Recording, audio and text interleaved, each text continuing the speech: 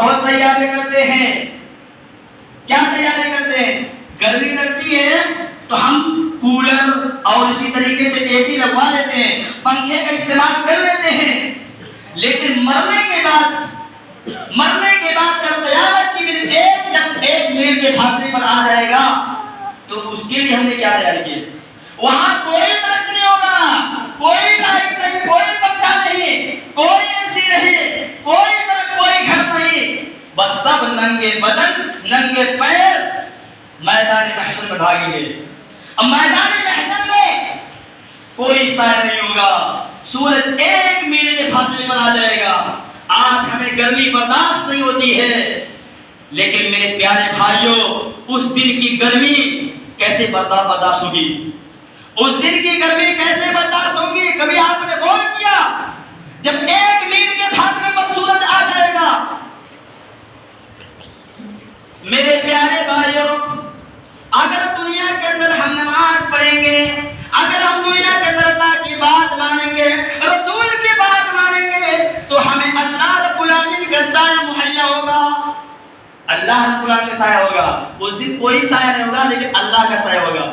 لیکن میرے پیارے بھائیوں اللہ رب العالمین کہے گا اے میرے بندو, آج میرے سامنے آؤ سجدہ کرو. سب لوگ سجدہ, کچھ لوگ تو سجدے میں گر جائیں گے لیکن کچھ لوگ سجدے میں نہیں گر پائیں گے. کیا کہیں گے اللہ رب العالمین؟ او میرے پیارے بھائیوں, او نماز چھوڑنے والوں, او اسلامی محبت نماز چھوڑنے والوں, ذرا دھیان سے سنو. کیا کہیں گے؟ کہیں گے اے اللہ آج ہماری گردن کیوں نہیں جھک رہی ہے, آج ہماری پیٹھ کیوں نہیں جھک رہی ہے؟ تو اللہ رب العالمین کہیں گے اللہ رب العالمین کہیں گے دنیا میں تمہیں 5 ٹائم کی اذان ہوتی تھی, 5 ٹائم اذان ہوتی تھی, بلایا جاتا تھا, آؤ نماز کی طرف, آؤ کامیابی کی طرف, تم بھاگتے تھے چوراہوں کی طرف, تم بھاگتے تھے مارکیٹ میں, تم بھاگتے تھے اپنی بزنس میں, اسی طریقے سے مصروف رہ جاتے تھے. آج تم کتنا بھی کوشش کر لو تمہاری گردن, تمہاری پیٹھ نہیں جھکے گی, تخت بنا دیا جائے گا. او میرے پیارے بھائیوں تیاری کر لو. کیا بھروسہ کب زندگی ختم ہو جائے, کب زندگی ختم ہو جائے کوئی پتہ نہیں ہے.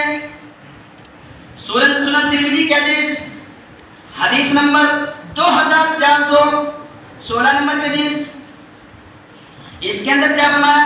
لا تزول قدم ابن آدم من عند ربه یوم القیامہ. جب تک بندے سے 5 سوال کا جواب نہ لے لیا جائے تب تک بندہ اپنی جگہ سے ہل نہیں سکے گا, چل نہیں سکے گا. کیا سوال میرے پیارے بھائیوں؟ یہ ہم سے بھی ہوگا, یہ حافظ جی سے بھی پوچھا جائے گا, یہ جاہل سے پوچھا جائے گا, ایک عالم سے پوچھا جائے گا, ایک عورت سے بھی پوچھا جائے گا, ایک مرد سے پوچھا جائے گا, چھوٹا ہو یا بڑا ہو سب سے پوچھا جائے گا یہ سوال. کیا سوال ہے؟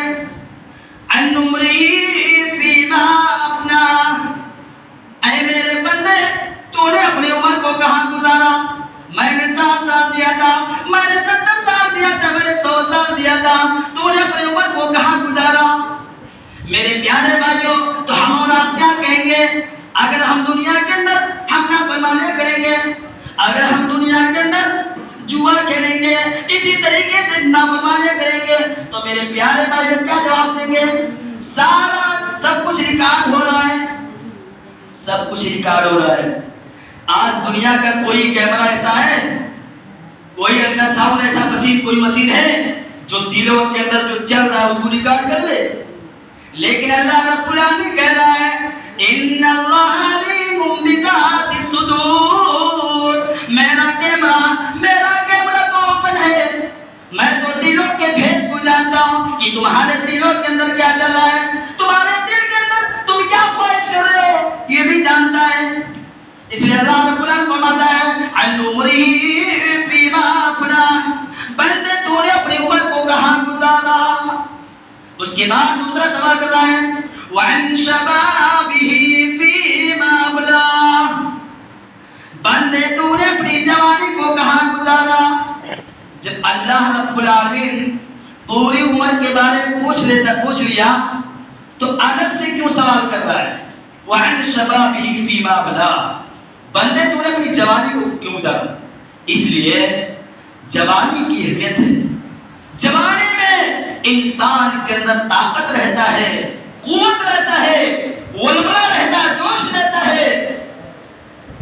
اگر جوانی کے وقت کو ایام کو برباد کر دیا تو بڑھاپے میں پچھتاتا ہے، کاش کہ ہم نے جوانی میں عبادتیں کر لی ہوتی، کاش کہ ہم نے جوانی میں اللہ رب العالمین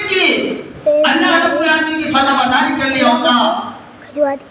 کیونکہ جوانی میں انسان جو ہے صحیح سے رکوع کر سکتا ہے، صحیح سے سجدہ کر سکتا ہے.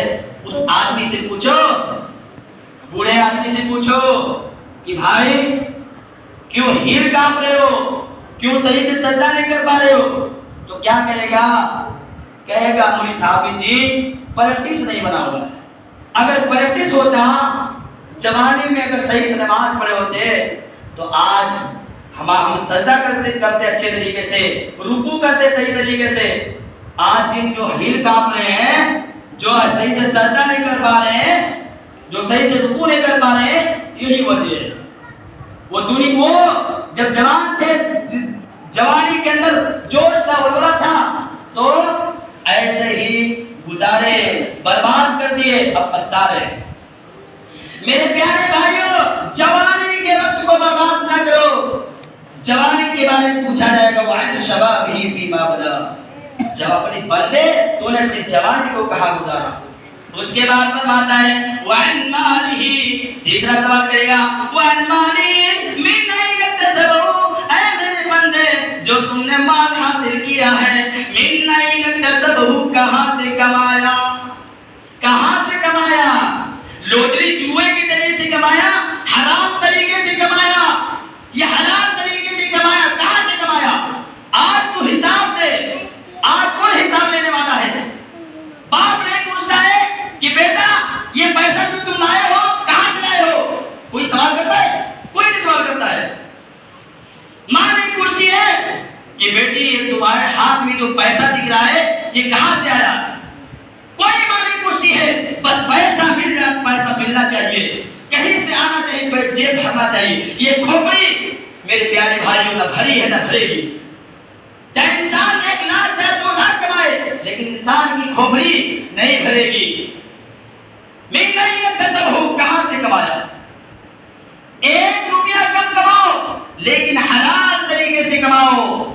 اپنا پیسہ جو کما رہے ہو، جو مزدوریاں کر رہے ہو، تو حلال طریقے سے کماؤ. میرے پیارے بھائیوں، پوچھا جائے گا مِنْ أَيْنَ اكْتَسَبَهُ، کہاں سے کمایا.